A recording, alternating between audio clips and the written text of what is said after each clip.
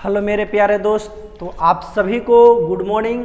और मैं बात करने वाला हूं आज का इम्पोर्टेंट करेंट अफेयर्स के बारे में। तो आप लोग भी हमारे साथ करेंट अफेयर्स की डेली जो हमारे रुक्मिणी एजुकेशन प्लेटफॉर्म पे चल रही है, तो आप लोग भी हमारे साथ दें। तो मैं आप लोग को सबसे पहले मैं बता देता हूँ कि अरे सोचने से कहाँ मिलती तमन्नाओं की शहर, अरे सोचने से कहाँ मिलती तमन्नाओं की शहर, चलना भी पड़ता है मंजिल पाने के लिए।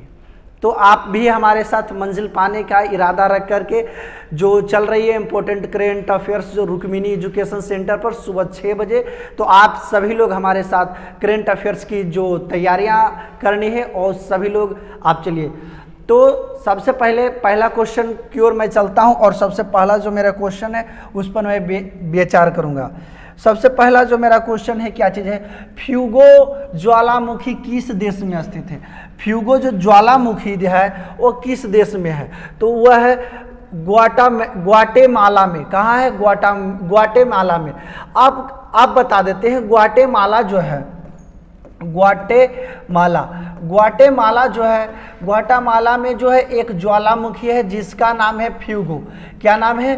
फ्यूगो। फ्यूगो ये ज्वालामुखी जो है, फ्यूगो जो ज्वालामुखी है, ज्वालामुखी, ये फ्यूगो ज्वालामुखी जो है वो हर बार आता है। यह एक सक्रिय ज्वालामुखी है। क्या चीज़ है? यह एक जो है सक्रिय ज्वालामुखी है, सक्रिय ज्वालामुखी है, सक्रिय ज्वालामुखी है। ये ज्वालामुखी जो है बार बार आती है और यह ज्वालामुखी के कारण जो है, यह ज्वालामुखी के कारण जो है काफ़ी प्रभावित रहती है। आपको मैं बता देता हूं कि ज्वालामुखी जो होती है वह ज्वालामुखी 3 प्रकार की होती है। ज्वालामुखी कितने प्रकार की होती है? ज्वालामुखी जो होती है वो हमारे 3 प्रकार की होती है। ज्वालामुखी 3 प्रकार की होती है। आप सोच रहे हो कि ज्वालामुखी कैसे 3 प्रकार की होती है? तो पहली जो ज्वालामुखी है उसे सक्रिय ज्वालामुखी कहते हैं। क्या चीज़? सक्रिय ज्वालामुखी। दूसरी जो ज्वालामुखी होती है वो बता दीजिए कि जो दूसरी ज्वालामुखी है उसको हम लोग क्या चीज़ कहते हैं? तो प्रसुप्त ज्वालामुखी। क्या चीज़? प्रसुप्त ज्वालामुखी, प्रसुप्त ज्वालामुखी। और दूसरी जो तीसरी जो होती है उसको हम लोग शांत ज्वालामुखी के नाम से जानते हैं। तो यानी ज्वालामुखी कितने प्रकार की होती है? ज्वालामुखी 3 प्रकार की होती है, सक्रिय ज्वालामुखी, प्रसुप्त ज्वालामुखी और शांत ज्वालामुखी।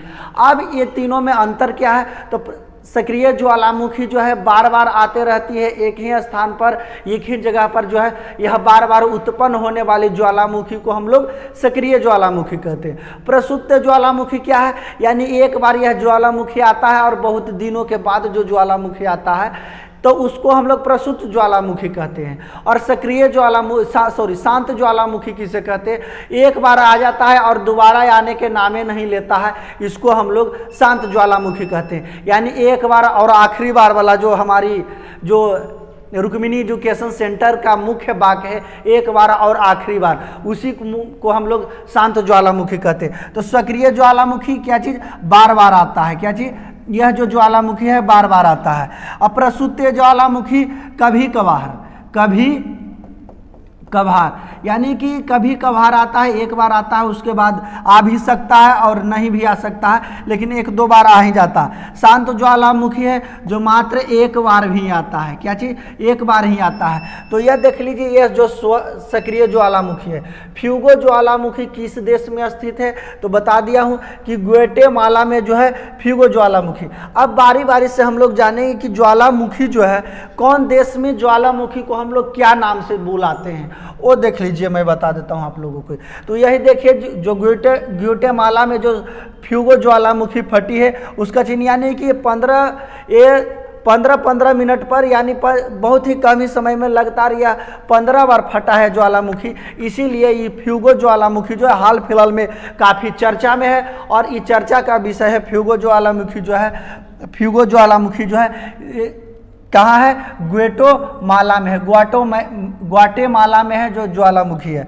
और इसके बारे में और देख लीजिए, सक्रिय ज्वालामुखी कौन कौन सी है। तो जापान के ज्वालामुखी को हम लोग फ्यूजियामा कहते हैं। जापान के ज्वालामुखी को हम लोग क्या जी, फ्यूजियामा कहते हैं। इक्वाडोर के ज्वालामुखी को सेंगे कहते हैं। इंडोनेशिया के ज्वालामुखी, जो इंडोनेशिया में ज्वालामुखी को क्या कहा जाता है, तो माउंट मेरापी कहा जाता है। इटली के ज्वालामुखी को एटना कहा जाता है। अफ्रीका में जो ज्वालामुखी होती है वो ज्वालामुखी को किलम जारी कहा जाता है। और इटली और अर्जेंटीना में है जिसको ओजोस जलस लादो यानी ओजोस जलस लादो, इटली और अर्जेंटीना में जो ज्वालामुखी होती है उसे हम कहते हैं। नेक्स्ट देख लेते हैं, दुनिया का सबसे बड़ा रिफाइनरी कॉम्प्लेक्स कहाँ बनाया गया है। यानी कि हाल फिलहाल में ये भी चर्चा में है कि दुनिया का जो है सबसे बड़ा रिफाइनरी कॉम्प्लेक्स जो है कहाँ बनाई गई है, तो यह महाराष्ट्र में बनाई गई है। किस चीज़ में, महाराष्ट्र में बनाई गई है। और सबसे बड़ा ज्वालामुखी के साथ साथ यानी कि लगातार दूसरे बार tree cities of the world भी महाराष्ट्र को चुना गया है। लगातार दूसरी बार क्या चीज, दूसरी बार जो है, दूसरी बार tree cities of the world, tree cities of the world किसे चुना गया है, ऑफ द वर्ल्ड किसे चुना गया है, तो ये भी मुंबई को ही चुना गया है। यानी कि लगातार दूसरी बार tree cities of the world चुना गया। अब tree cities of the world किसको कहते हैं, यानी कि जिस शहर में पेड़ पौधा लगाने में यानी कि पेड़ पौधा का काफ़ी विकास हुआ है, काफ़ी वृक्षारोपण की गई है, तो महाराष्ट्र जो है इसमें ज़्यादा पेड़ पौधे लगाए गए हैं। इसीलिए लगातार दूसरी बार 2023 में इसे tree cities of the world भी चुना गया। इसे पहले 2022 में ही भी इसे tree cities of the world चुना गया था। उसके बाद अब जान लेते हैं, और ये जो है यह प्रस्ताव जो रिफाइनरी कॉम्प्लेक्स है इसका प्रस्ताव किसने लिखा है, तो RRPCL ने जो है इसका प्रस्ताव रखा है। अब सोच रहे होंगे RRPCL क्या चीज़ है,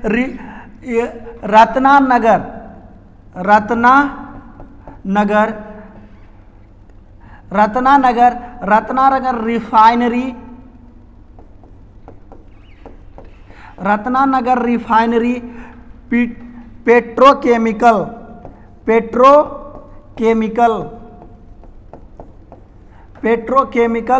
लिमिटेड, क्या चीज, लिमिटेड।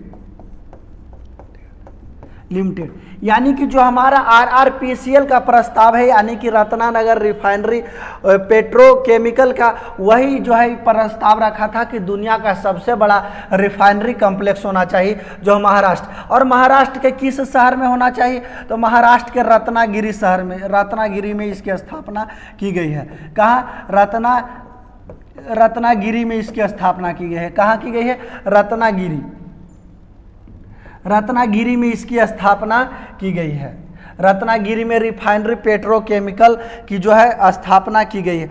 और इसके बारे में कुछ बता देते हैं कि जो हमारी रत्नागिरी जो है रत्नागिरी के किस गांव में, रत्नागिरी के किस गांव में, तो वारसू गांव में। कहाँ, वारसू गांव में। यानी कि जो पूछ देता है, कभी कभी अंदर से क्वेश्चन आ जाती है, तो अंदर से क्वेश्चन जानने के लिए हम लोग पूरी डिटेल्स इसकी चर्चा करेंगे, ताकि एग्जाम में कोई भी प्रश्न ऐसा ना हो जिससे कि आपको छूट जाए। तो दुनिया का सबसे बड़ा रिफाइनरी कॉम्प्लेक्स कहाँ खोला गया है, तो महाराष्ट्र के रत्नागिरी के वारसू गांव में खोला गया। और महाराष्ट्र के बारे में क्या चीज़, इसका ये भी याद रखिएगा, इसका प्रस्ताव जो है किसने रखा है, RRPCL यानी रत्नागिरी रिफाइनरी पेट्रोकेमिकल लिमिटेड के द्वारा इसका प्रस्ताव रखा गया था कि ये जो है रिफाइनरी कॉम्प्लेक्स की जो स्थापना है वो महाराष्ट्र में होनी चाहिए। कोई दिक्कत। अब नेक्स्ट क्वेश्चन की ओर चलते हैं हम। सबसे पहले नेक्स्ट क्या है, किस भारतीय औद्योगिक समूह म्यांमार पोर्ट का मालिकाना हक बेच दिया है। यानी कि म्यांमार जो औद्योगिक शहर है, म्यांमार के औद्योगिक शहर को किसने, कौन सी कंपनी जो है वो बेच दिया गया है, यानी जो म्यांमार हुआ जो एक पोर्ट थी वो पोर्ट को बेच दिया गया है। और वो पोर्ट कौन इसके मालिक कौन थे, जो इन्होंने औद्योगिक समूह म्यांमार की जो पोर्ट थी इसको बेच दिया गया है, तो अडानी जी ने क्या किए हैं कि यह भारतीय औद्योगिक समूह म्यांमार जो पोर्ट के मालिकाना थे वो अडानी थे, उन्होंने अपने पोर्ट को बेच दिया गया। और यह पोर्ट जो है कितना में बेचे हैं, ये तो यह 3 करोड़ डॉलर में बेचे हैं। कितना? 3 करोड़ डॉलर में बेचे हैं, 3 करोड़ डॉलर में। और यह जो है यह पोर्ट क्यों बेचा गया है, तो यह पोर्ट हम जानते हैं कि यह पोर्ट जो है विवादित होने के कारण, विवादित होने के कारण अमेरिका जो है इस पर कुछ बैन लगा दिया है। उसके कारण इस पर एक्सपोर्ट इंपोर्ट की जो सिस्टम है वो कम गई है और ये जो है बढ़िया से नहीं चल रही है, जिसके कारण अडानी जो है वो इनको बेच दिए हैं। और उनको जो है लागत से, और क्या चीज़, उनको जो है लागत से 12 करोड़ डॉलर, क्या चीज़, 12 करोड़ डॉलर कम में बेचे हैं। क्या चीज़? 12 करोड़ डॉलर, यानी कि जितना लागत लगाए थे इन्होंने उससे भी 12 करोड़ डॉलर में 12 करोड़ डॉलर से भी कम बेचे हैं, डॉलर से भी कम में इन्होंने क्या चीज, इन्होंने जो म्यांमार में औद्योगिक म्यांमार पोर्ट जो चल रही थी उसको बेच दिए हैं। और मैं इसके बारे में आप लोगों से कुछ बात कर लेता हूं, तो आप सोच रहे हो कि इसको खरीदा कौन है, खरीदा भी तो कोई होगा, तो इसको खरीदने वाला कौन है ये भी आप याद रखिएगा। खरीदा कौन है, यानी कि विदेशी मामले, यानी कि अगर जो आप एसएससी की एग्जाम देते हैं तो विदेशी मामले से ज़्यादा प्रश्न पूछे जाते हैं, ताकि आपको जो है छोटे छोटे विदेशी प्रश्न की आपको जानकारी नहीं मिलती है तो उससे ज़्यादा क्वेश्चन पूछे जाती है। और मैं यहाँ टोटल क्वेश्चन, खरीदा कौन है, सोलर एनर्जी लिमिटेड, खरीदा कौन है, सोलर एनर्जी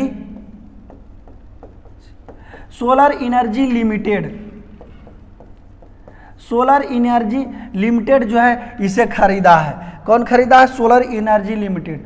यही जो है हमारा औद्योगिक पोर्ट है जिसको अडानी जी ने बेच दिए हैं और इसको खरीदा है सोलर एनर्जी लिमिटेड कंपनी जो है इसको 3 करोड़ डॉलर में खरीदा है। नेक्स्ट चल जाते हैं हम लोग।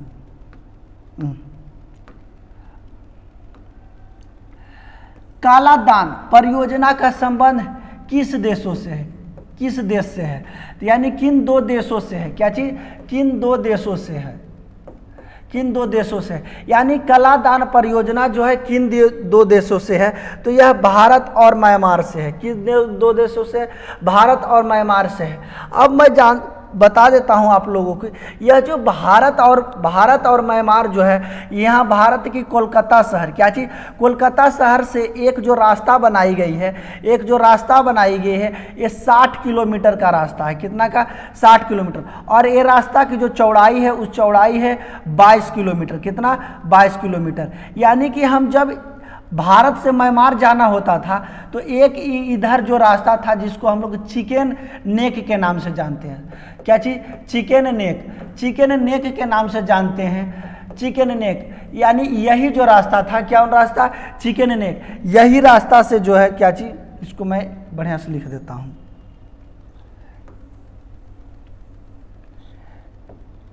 चिकन नेक, यही जो रास्ता थी, यही रास्ता द्वारा क्या चीज़, यहाँ जो है एक रास्ता है जिसका नाम है चिकन नेक, और इसी रास्ता से हम लोग को जो है म्यांमार जाना होता था। लेकिन क्या चीज़ हुआ कि अब धीरे धीरे जो सरकार जो है भारत और म्यांमार के कौन स्थान से, सितवे जो नामक जो पोर्ट बनाई गई है यहाँ म्यांमार में, इसके द्वारा भारत और पूर्वोत्तर में जितने भी राज्य है म्यांमार से जोड़ने का ये काम करेगी। कौन रास्ता जो है, ये रास्ता का क्या नाम है, भारत चीन म्यांमार जो है काला दान परियोजना, इसी के अंतर्गत हम लोग इसको काला दान परियोजना कहते हैं। और भारत, अब जानेंगे कि भारत और म्यांमार के बीच सीमा रेखा कितना साझेदारी करता है, सीमा रेखा साझेदारी कितना करता है, तो ये जो सीमा रेखा साझेदारी 1643 किलोमीटर। भारत से सटे कितने राज्य हैं, तो 4 राज्य हैं भारत और म्यांमार के बीच। पहला राज्य कौन है, तो अरुणाचल प्रदेश हो गए। कौन?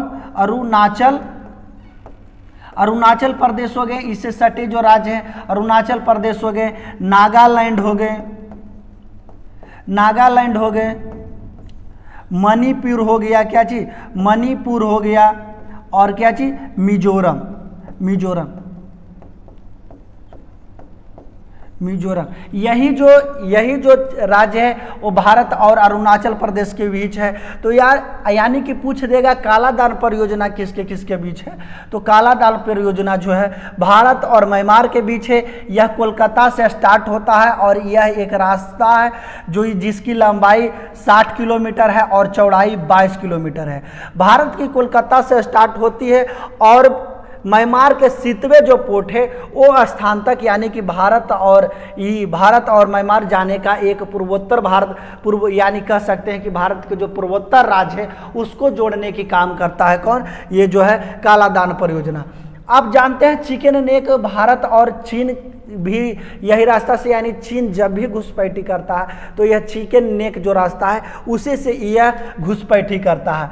तो इसको जो है इसको बंद करने की घोषणा की गई, लेकिन ये अभी बंद नहीं किया जाएगा, बाद में बंद किया जाएगा। इसीलिए म्यांमार जाने की जो रास्ता है उसको हम लोग काला दान परियोजना के नाम से जानते हैं। फिर देख लीजिए एशियन शिखर सम्मेलन 2023 42वां आयोजन कहाँ किया गया है, यानी कि एशिया का भी एशियन सम्मेलन जो चल रही है 2023 वो कैमा सम्मेलन है। तो ये भी पूछ देगा एशियन शिखर सम्मेलन 2023 में है वो कैमा सम्मेलन है, और यह कहाँ आयोजन किया गया है, तो यह जो आयोजन किया गया है इंडोनेशिया में किया गया है। कहाँ किया गया है, इंडोनेशिया में किया गया है। और इसमें बता देते हैं आपको कि इसमें क्या चीज़ है, इसमें कुल कितने एशियन जो है इसकी स्थापना जो है, इसकी स्थापना 1967 ईस्वी में हुई है। इसकी स्थापना कब हुई है, 1967 ईस्वी में। वर्तमान में इसको देशों की संख्या कितना है, तो वर्तमान में इसकी देशों की संख्या जो है 11 है। और नया जो पहले 10 था और नया एक जो बन गया है उसको क्या कौन देश है, तैमर लोत, क्या चीज, तैमर लोत जो है लोप्त है, तैमर लोप्त को है जो हाल फिलहाल में इसको नया जोड़ा गया है। और इसमें जो है टोटल देशों की संख्या कितना है। और पहली बार जो एशियन सम्मेलन हुआ था ये कहाँ, इंडोनेशिया में जो है 42वां जो आयोजन है। और अगर जो प्रीवियस वाला पूछेगा तो 41वां का आयोजन कहाँ गया था, तो 41वां का आयोजन किया गया था कंबोडिया में। और प्रथम बार कब इसका आयोजन किया गया था, तो प्रथम बार इसका जो आयोजन किया गया था तो 1976 ईस्वी में किया गया था, और 76 ईस्वी में इंडोनेशिया में ही किया गया था। तो इंडोनेशिया जब पढ़ें तो इसके बारे में और कुछ हम लोग जान लेते हैं। और सोच रहे होंगे कि एशियन शिखर सम्मेलन तो बता रहे हैं सर, लेकिन एशियन शिखर सम्मेलन है क्या, तो एशिया देशों का एक क्षेत्रीय सहयोगी संगठन है। इसमें इकोनॉमी की बात यानी कि देश की अर्थव्यवस्था कैसी बढ़ाई जाए, देश में शांति कैसे स्थापित किया जाए, तो इस प्रकार से इसमें इसी प्रकार से एशियन शिखर सम्मेलन का जो है आयोजन किया गया। इसमें 11 टोटल देश हैं। इसकी पहली बार जो बैठक हुई थी 1976 ईस्वी में इंडोनेशिया में हुई थी। इससे पहले यह जो एशियन शिखर सम्मेलन 2023 का है वह अभी तक का 42वां है। 41वां भी पूछ सकता है आपसे, ये 41वां के आयोजन कहाँ किया गया था, तो 41वां का आयोजन जो है कंबोडिया में किया गया है। और इस बार का जो थीम क्या चीज़ है, तो इस बार का थीम एशियन शिखर सम्मेलन का थीम क्या चीज़ है, Asian affairs AP centre of growth. Asian affairs AP centre of growth जो है इस बार के एशियन शिखर सम्मेलन का जो है क्या चीज़ है, थीम है। और बात कर लेते हैं इंडोनेशिया, क्या चीज़,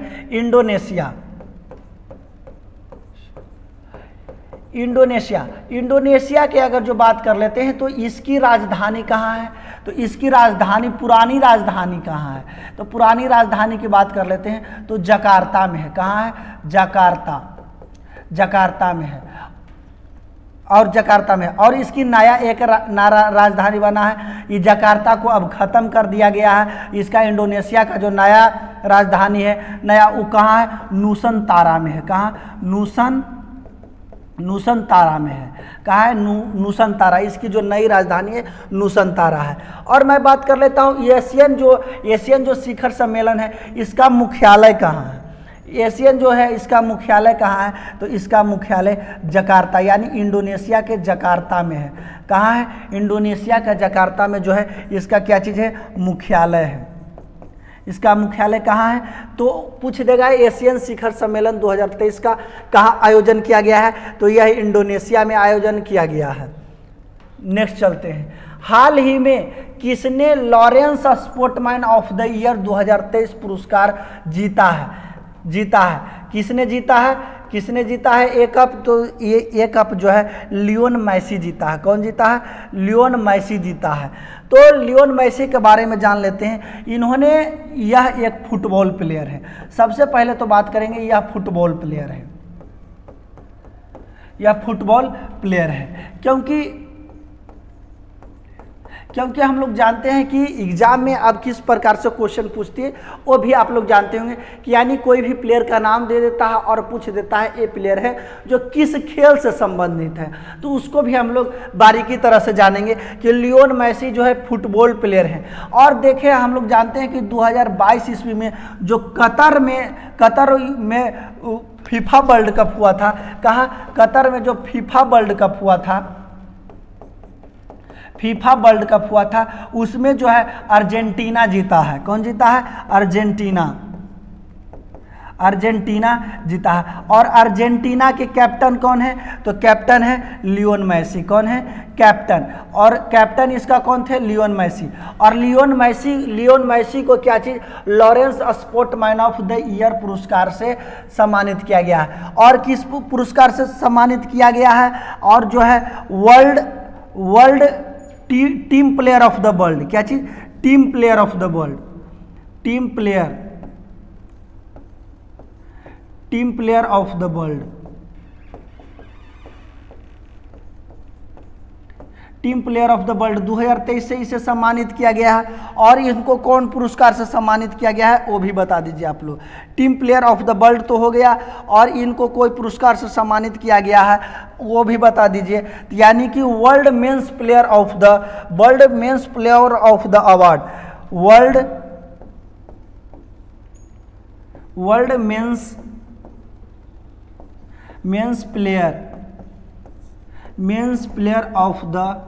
अवार्ड।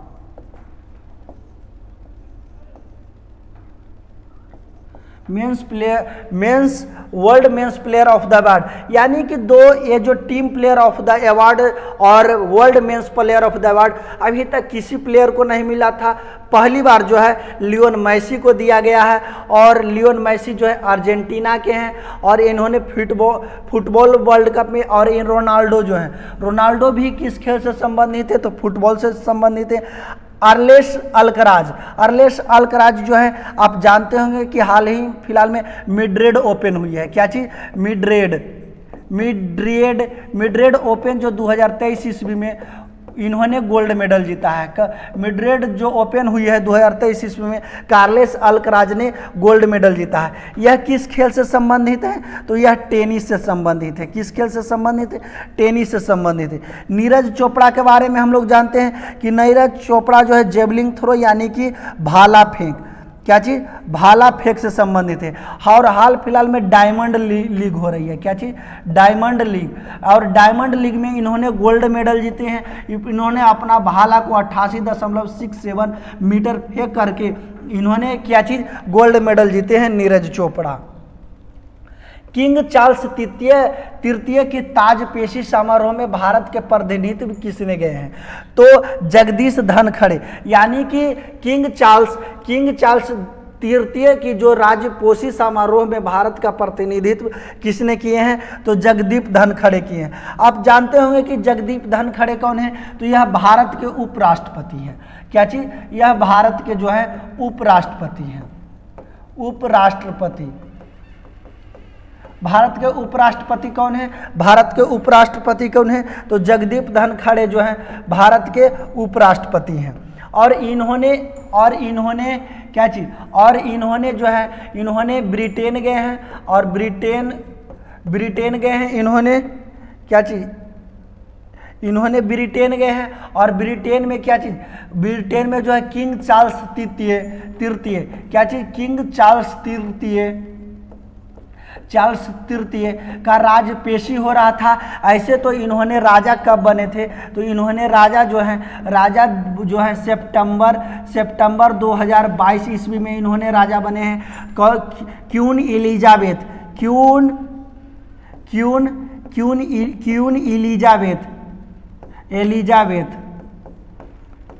क्वीन एलिजाबेथ की जब मृत्यु सितंबर 2022 ईस्वी में हुआ था, तो उसी समय जो है ब्रिटेन के किंग जो है किंग चार्ल्स को जो है राजा बना दिया गया था। लेकिन राजपेशी यानी कि जो ताजपेशी यानी इनको तो ताज पहनाया गया है, वो ताज का पहनाया गया है 2023 ईस्वी में, और यह जो है 9 मई को पहनाया गया है। कब पहनाया गया है, 9 मई को पहनाया गया है। भारत की ओर से कौन गए थे, तो भारत के जगदीप धनखड़ जो भारत के उपराष्ट्रपति हैं, और इनके ताजपेशी में 100 देशों के राष्ट्राध्यक्ष और उपराष्ट्राध्यक्ष आए थे।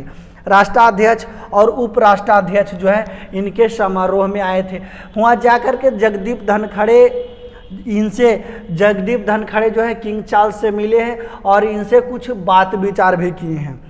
और बता देते हैं किंग चार्ल्स तृतीय जो है कोई एक देश का एक किंग नहीं है, ये पूरे 14 यानी कि जो ब्रिटेन से रिलेटेड जितने भी देश हैं, ऑस्ट्रेलिया भी हो गई, उसका भी इन्होंने क्या चीज़ है, उसका भी यह जो है राजा हैं। और बता दीजिए भारतीय मुल्क के ब्रिटेन के प्रधानमंत्री कौन है, ब्रिटेन के प्रधानमंत्री पीएम कौन है यहाँ के ब्रिटेन के प्रधानमंत्री, तो ब्रिटेन के प्रधानमंत्री जो है भारतीय मूल के ऋषि सुनक, क्या चीज़, ऋषि सुनक जो हैं यह भारतीय मूल के हैं और क्या चीज़ ब्रिटेन के पीएम हैं।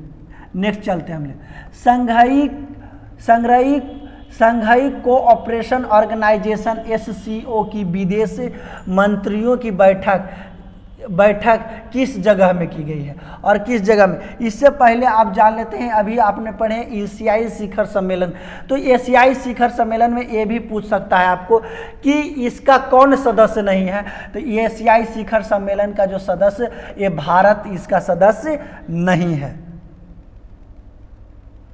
और देख लीजिए संघाई कोऑपरेशन ऑर्गेनाइजेशन SCO की जो विदेश मंत्रियों का बैठक हुआ है वो कहाँ हुआ है, तो वह गोवा में हुआ है। हम जानते हैं कि अभी SCO का जो बैठक हुआ है वो गोवा में हुआ है, और पूरे देश के यानी कि जितने भी देश हैं इनके SCO के मेंबर की संख्या कितना है, SCO यानी संघाई सहयोगी संगठन जो है इसकी मेंबर की संख्या, इसमें 8 मेंबर हैं। कितने हैं, 8 मेंबर।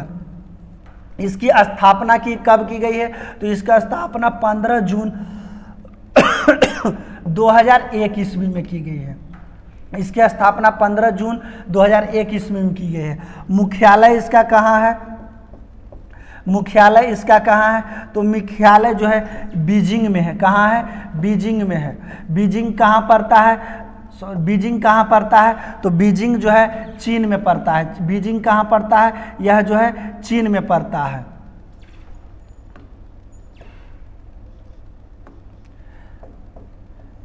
बीजिंग जो है कहाँ पड़ता है, वह चीन में पड़ता है।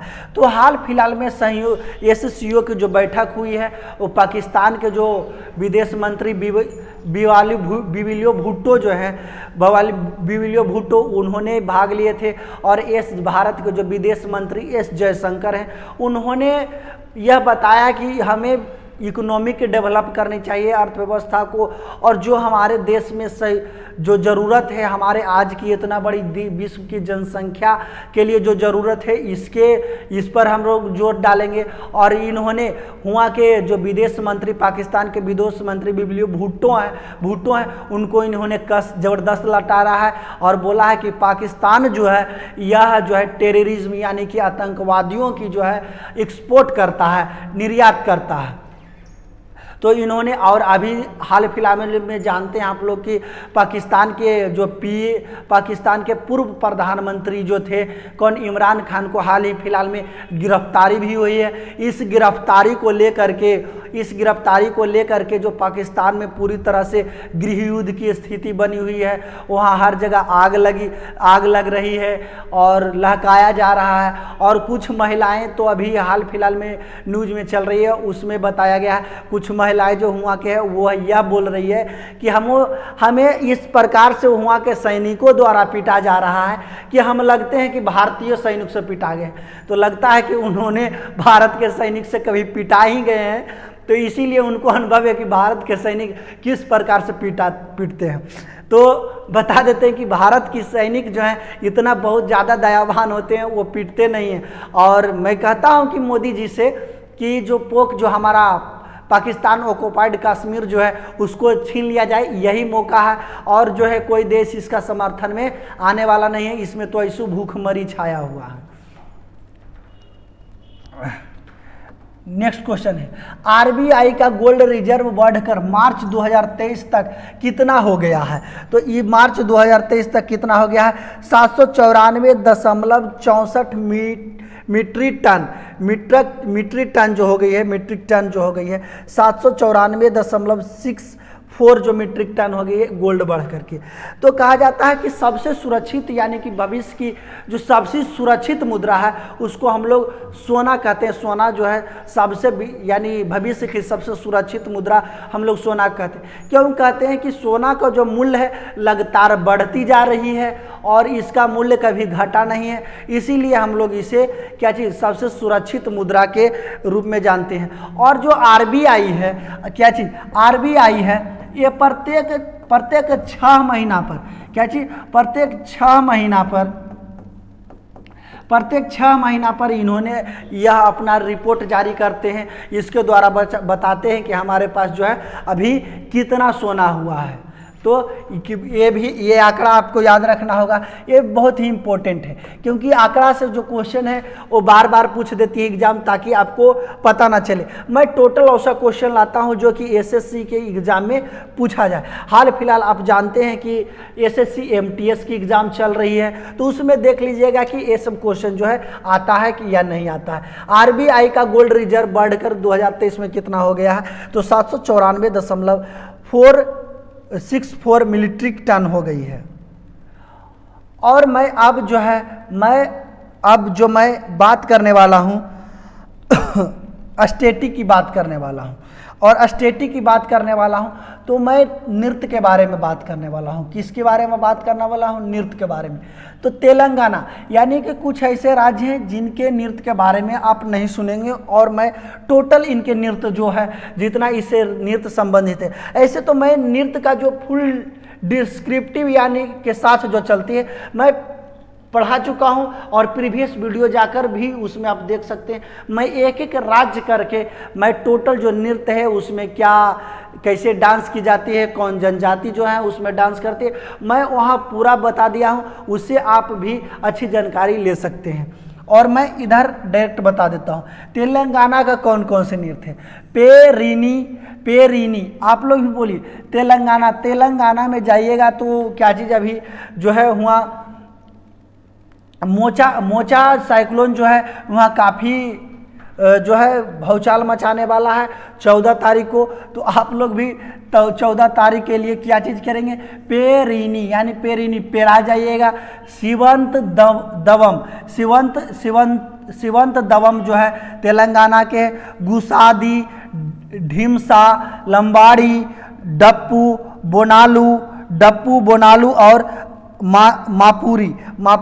तो तेलंगाना का कौन कौन सा नृत्य है एक बार आप भी हमारे साथ बोलेंगे। पेरानी,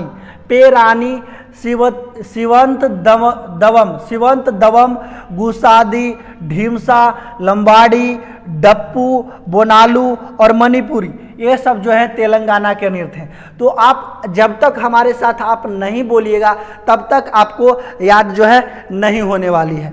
तो क्या चीज़ है? पहला पेरिनी, शिवंत दवम, गुसादी, ढीमसा, लंबाडी, डप्पू, बोनालू और मापुरी जो है ये सब कहाँ का तेलंगाना का नृत्य है। नेक्स्ट चलते हैं हम लोग दमन और दीप। दमन और दीप का नृत्य, क्योंकि अब जो है गुजरात महाराष्ट्र, बिहार, उत्तर प्रदेश ये सबसे जो है नृत्य कुछ कम कर दी है पूछने के लिए, और जो है वे जो है ये दक्षिण भारत की ओर जा रहा है, क्योंकि दक्षिण भारत में थोड़ी सी हार्ड है और शास्त्रीय नृत्य से भी अब क्वेश्चन कम पूछा जा रहा है। तो हम लोग सारा नृत्य को देखेंगे। दमन और दीप, मांडो, कौन? मंडो। दमन और दीप में कौन है? मंडो। दमन दीप जाइएगा तो वहाँ जो है बीच बना हुआ तो मन आपको डोल जाएगा, तो मंडो। वर्दी गाओ बीरा, वर्दी गाओ बीरा। मंडो जाकर के मंडो जब जाएंगे तो मन लगेगा, मन डोल जाएगा दमन दीप में, तो वर्दी गाओगे क्या चीज़? बीरा, बिरहा गाएंगे, वर्दी गाओ बीरा। दमन और दीप में मन डोल जाएगा तो वर्दी गाओ दीवा बीरा, ये जो है नृत्य है। फिर पुडुचेरी के कौन से एक ही नृत्य है? गराडी। फेमस जो नृत्य है गराडी। पुडुचेरी के क्या चीज़ हो जाएगा? गराडी। और देख लीजिए पंजाब का नृत्य तो जानवे करते हैं, बड़ा ही फेमस नृत्य है। भांगड़ा, गिद्धा, घूमल, डफ, धमान, नकुला, लूड़ी, जूली, धनकरा, सम्मी, किकली, जागो, तीजन और वाग, ये सब जो है पंजाब का नृत्य है। तो इसको आप एक बार हमारे साथ फिर से दोहरा लीजिए। भांगड़ा, गिद्धा, घूमल, डफ, धमान, नकुला, लूड़ी, जूली, धनकरा, सम्मी, किकली, जागो, तीजन और वाग जो है यह सब है पंजाब का नृत्य है। राजस्थान ये सब का फेमस नृत्य है पनिहारी, फुंदी, कालबेलिया, गणगौर। इस बार जो 2 तारीख के जो MTS का एग्जाम जो 3rd शिफ्ट हुई थी उसमें यह पूछ दिया गया था कालबेलिया और गणगौर। कालबेलिया और गौन किस राज्य का लोक नृत्य है? तो किस राज्य का लोक नृत्य है आप नहीं छोड़िएगा। तो हो सकता है आपको पूछ दे घूमर, चाहे पूछ दे क्या चीज सुई जो है किस राज्य का जो है लोक नृत्य है, या पूछ दे आपको पनिहारी, ये तो जानते हैं आपकी ये फेमस नृत्य है राजस्थान की, तो ये भी आपसे पूछ सकती है। तो सभी को आप लोग याद रखिएगा। राजस्थान के कौन है? पनिहारी, फुंदी, कालबेलिया, गणगौर, झूमा, साई सीनी, घूमर, तेरह ताली। राजस्थान में जाकर हम लोग 13 बार ताली बजाएंगे। चरी, जिंदाद और कठपुतली और भवई, क्या चीज? भवई। ये सब कहाँ का नृत्य है? राजस्थान का नृत्य है। नेक्स्ट चलते हैं सिक्किम के नृत्य के बारे में जानेंगे। चुफाट, सिक्किम, चुफाट और सिकमारी। सिक्किम से याद रखेंगे सिकमारी। चुफाट सिक्किम के क्या चीज़? सिकमारी। चुफाट, सिकमारी यानी सिक्किम में क्या चीज़ याद रखिएगा? सिकरी। पहनने वाला जो होता है उसको चैन भी कहते हैं और सिकरी भी कहते हैं। तो सिकरी को क्या चीज़? चुरा लिया था, चुफाट। स्रोलायन, याकप्लाम, डेनजोंग, तासी, यागुकू और नेनहा, ये सब जो है सिक्किम का नृत्य है। नेक्स्ट चलते हैं हम लोग क्या चीज़? तमिलनाडु का तमिलनाडु के क्या चीज़ है? छुकुम्मी, कोलट्टम, कवाड़ी अट्टम, क्या चीज? काई सिलवट्टम, माई अट्टम यानी अट्टम अलबट्टम, जितना भी आ गया वो कहाँ हो गया? तमिलनाडु में। ओलियो अट्टम, क्या चीज? देवरत्तम। तो ये भी आपको याद करना होगा। देवरत्म जो होगा ये आपके लिए इम्पोर्टेंट होगा। तो इसी प्रकार से जो हमारी जो है करेंट अफेयर्स और स्टैटिक की क्लास है आज के लिए इतना ही, और मैं आपसे कल बात करूंगा। आज के लिए इतना ही, धन्यवाद।